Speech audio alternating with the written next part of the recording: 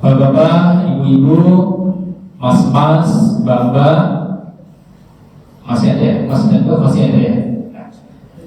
Keluarga besar, ini nyebutnya DJP, GKN atau apa sih mas? GKN ya? GKN aja ya, GKN 2 ya. Jamaah semuanya, mudah-mudahan hari ini dengan kita menghatamkan Al-Quran, dengan kita membaca Al-Quran, insya Allah ketenangan muncul. Allahumma.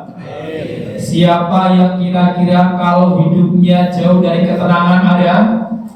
Kalau kerja terus diburu-buru ada? Nggak tenang ada?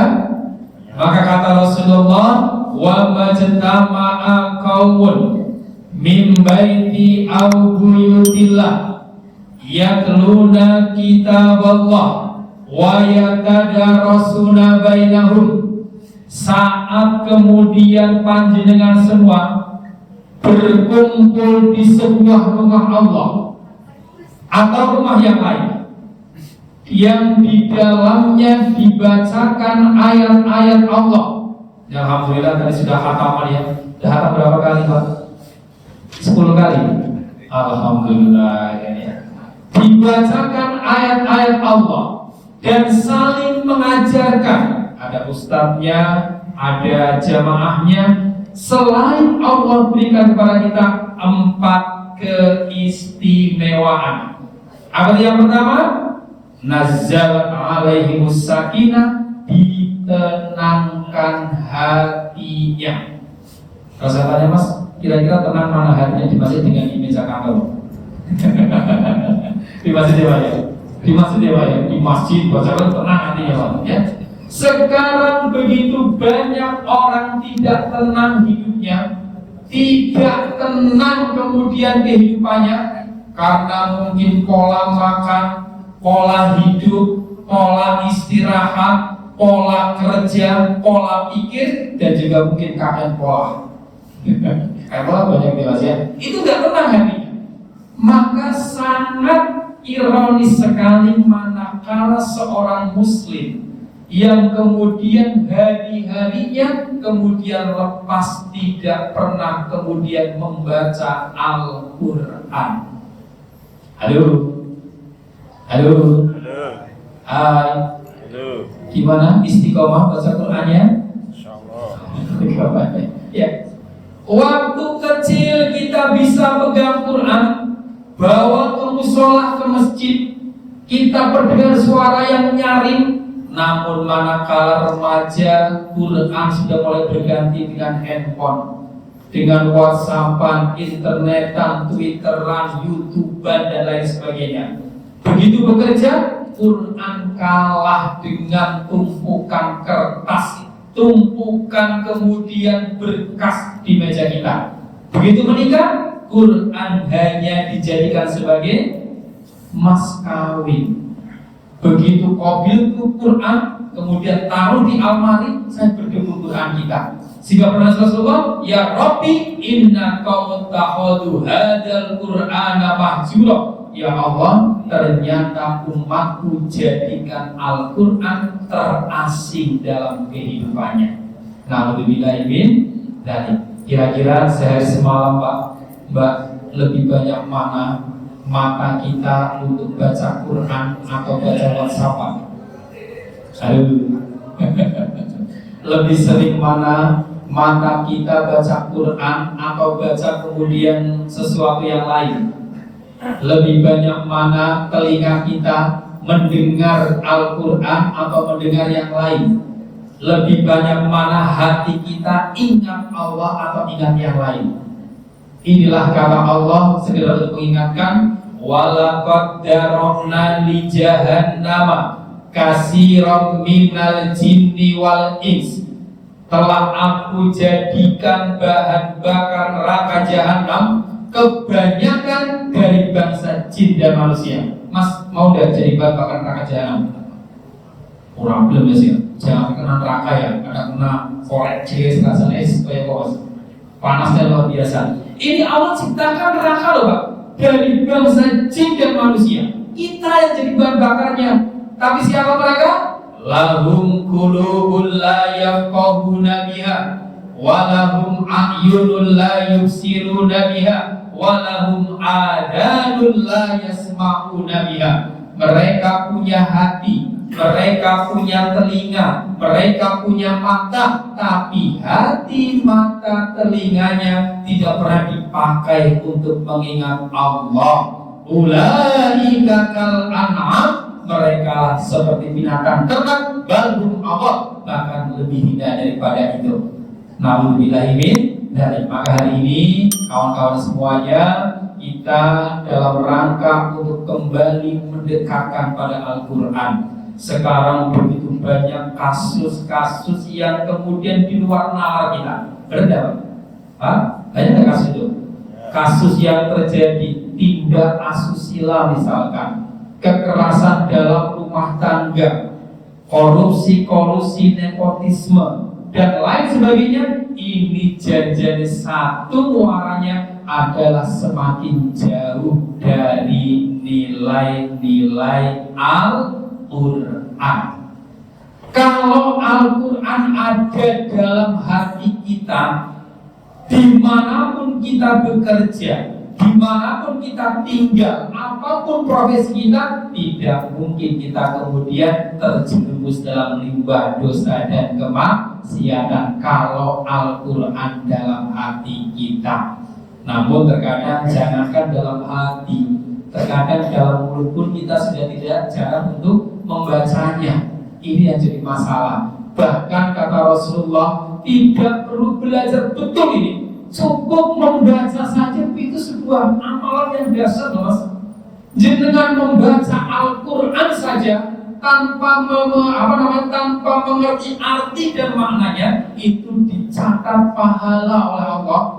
Apa kata Rasulullah? Man qara'a harfan min kitabillah, sapa wong sing maca Quran satu huruf saja Al-Quran bernilai 10 kebaikan. 10 kebaikan, Mas. Apa Rasulullah? La aqulu alif lam mim harfun. Aku enggak mengatakan kok kalau alif lam mim itu huruf, walakin alfun harfun, lamun harfun, mimun harfun. Alif itu huruf, lam itu huruf, mim itu huruf. Bayangkan, net 3 huruf berarti 3 huruf kebaikan, Mas. Tadi baca Bismillahirrahmanirrahim, 19 190 kebaikan. Tadi kita baca dari mulai Al-Asr hingga surat Anas, itu sudah ada yang baca berapa huruf itu, ya kan? Ada yang menghitung, ada yang menghitung. Itu bermiliar-miliar kebaikan kalau kita baca 30 juz. Tetapi gak ketok. Coba Mas Eka buat pengumuman, siapa yang hafal Quran maka langsung dia di umroh misalnya. Siapa sih masa Quran khatam 10 juz dalam waktu 1 hari, maka dikasih motor SX misalkan, itu pasti akan semangatnya luar biasa. Maka hari ini dimanapun kita kawan-kawan, bismillah. Kalau kita ingin kemudian tenang hidup kita, ingin kemudian bekerja pun nyaman, rasanya luar biasa, maka mari kita dekatkan kembali nilai-nilai Al-Quran. Itulah pedoman kita. Pak, jenengan muslimin, halo, Islam ya? Islam. Kalau orang kemudian di luar Islam, itu bebas, Pak. Nggak ada aturan apapun, ya, aturan sesuai dengan agama mereka. Tapi begitu Anda kemudian mengikatkan diri sebagai muslim, tentunya aturan-aturan Al-Quran sudah mulai ada dalam diri kita. Semua diatur, Mas. Agama Islam mengatur semua persoalan, dari persoalan tersebut hingga persoalan dajjal. Maka inilah dalam rangka apa? Agar memudahkan kesibukan kita, Mas, gak ada yang melarang kita kemudian bekerja secara penuh, kita melarang gak ada kemudian kita kerja secara lembur, gak ada. Ya, silahkan kita punya pekerjaan sibuk, kita punya jabatan, silahkan, gak ada yang melarang kok. Yang kemudian di dalam kesibukan kita, janganlah kemudian melupakan ibadah kita kepada Allah Subhanahu wa Ta'ala. Jangan pernah melupakan Al-Quran. Bacalah Quran, kata Rasulullah, dia akan datang di akhirat kelak sebagai penolong kita, memberikan syafaat kepada kita. Maka mudah-mudahan dengan kita seringkali bertilawah, ya Mas ya, bahkan setiap minggu khatam, ya Mas ya, Apa modelnya gimana? Oh, wajib setiap orang. Kemudian nanti dihafalkan sebulan sekali. Oh, seminggu sekali. Alhamdulillah. Oh, itu seminggu sekali. Karena kalau sendirian gak mungkin masih ada apa gitu ya. Ya tapi sendiri juga tidak apa-apa ya. Jadi banyak sekarang model begitu kan. Kita wajib sewan 30 juz kan. Itu silahkan. Di sela-sela kesibukan kita sibuk apa toh? Kita bukan presiden, kita bukan menteri. Ya, masa kita gak punya waktu kita kemudian untuk membaca Al-Quran. Sebisa mungkin. Tetap kita juga sesuai dengan masing-masing. Ada apa? Ada satu amal yang harus kita perhatikan bersama. Apa itu kemudian? Allah akan memanggil nanti hambanya, Pak. Itu kan dengan panggilan-panggilan sesuai dengan amal kita. Karena dipanggil ya ahlus sodako, dari orang yang ahli sodako. Ya ahlul Quran, orang yang sering baca Quran. Ya ahlus siyam, orang yang sering puasa. Ya ahlul apa? Ahli sholat tahajud kan ya. Dan kalau kita dipanggil oleh Allah, kita nggak pernah melakukannya, terus Allah mau kita panggil dengan sebutan apa ya Pak? Masa mau disebut ya ahlun nar, alhamdulillah itu kan surga ya. Maka inilah bagian ikhtiar dari kita, karena sebenarnya di Al-Quran itu semua ada, semua tertera di sana, walaupun secara global. Tadi Pak Dirjen menyebutkan betul itu kata Pak Dirjen ini sekedar untuk mengakhiri kita ini, bahwa sesungguhnya orang-orang yang hebat, orang-orang itu mampu kemudian mengevaluasi, berkontemplasi dari menyitir sebuah ayat, ya ayyuhalladzina amanu taqullaha wal tanzur nafsum ma qaddamat lighad wattaqullaha innallaha khabirum bima ta'malun. Jadi kita harus evaluasi. Jadi ini manajemen OAS kan, planning, executing, controlling, satunya OAS. Organisasi, semuanya ada dalam Al-Quran. Tetapi terkadang kita lebih terkesima dengan teori-teori zaman dulu, teori-teori orang-orang yang kemudian mungkin ilmuwan-ilmuwan, tapi sebenarnya begitu banyak ilmuwan yang tersadar dan semua ada di Al-Quran, walaupun kemudian turun 14 abad yang silam. Maka percayalah, kalau kita dekat dengan Al-Quran, bismillah, apapun akan dimudahkan oleh Allah. Berarti intinya adalah membaca Al-Quran dengan mulut kita, membaca Al-Quran dengan pikiran kita, membaca Al-Quran dengan hati kita, dan membaca Al-Quran dengan perbuatan kita. Insya Allah dengan kita bertilawah, dengan kita kemudian banyak baca Al-Quran, terus mengamalkan, mengajarkan sekuat mampu kita akan mampu untuk menyesuaikan perubahan apapun, pasti akan tenang dengan kita berpedoman pada Al-Quran sebagai kitab suci kita. Maka dengan baca bertilawah, insya Allah kita akan jadi karyawan-karyawan yang berkarakter pajak. Apa mas? Apa mas? Profesional. A-nya amanah, C-nya jujur, A-nya adil, K-nya apa?